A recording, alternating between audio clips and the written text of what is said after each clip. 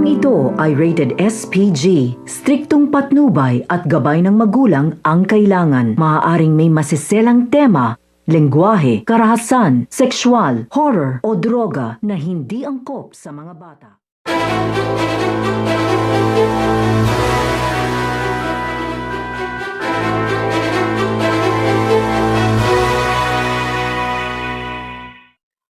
Ang gagawing pagtatanggol at pagligtas at pagsagip nito nga ni Gabo dito nga kay Samantha, dahil ito nga si Samantha ay mapapahamak nga ito dito nga kay Lucas, dahil isasagawa na nga nito nga ni Lucas ang pagligpit dito nga kay Samantha, dahil binilinan na nga dito nito nga ang kanyang amay ito nga si Lucas, natapusin na nga niya dito ito nga si Samantha. Kaya nga ito nga si Lucas ay agad nga itong kumilos at tinipon ang kanyang mga tauhan upang tambangan nga dito ito nga si Samantha, at malalagay nga sa kapahamakan ang buhay nito nga ni Samantha dahil mababalil nga ito nito nga ni Lucas. Kaya nga ito nga si Samantha ay gagawin nga na dito ang lahat ng kanyang makakaya upang mailigtas nga dito ang kanyang sarili. Pero dahil maraming humahabol nga sa kanya at madaming tauhan ito nga si Lucas, ay mahihirapan nga dito ito nga si Samantha, hanggang sa nakarating nga ito nga si Samantha dito nga sa ganito ang lupa, at dito nga mismo sa bahay nito nga ni Gabo, babaksak ito nga si Samantha, at dito nga tutulungan nito nga ni Gabo ito nga si Samantha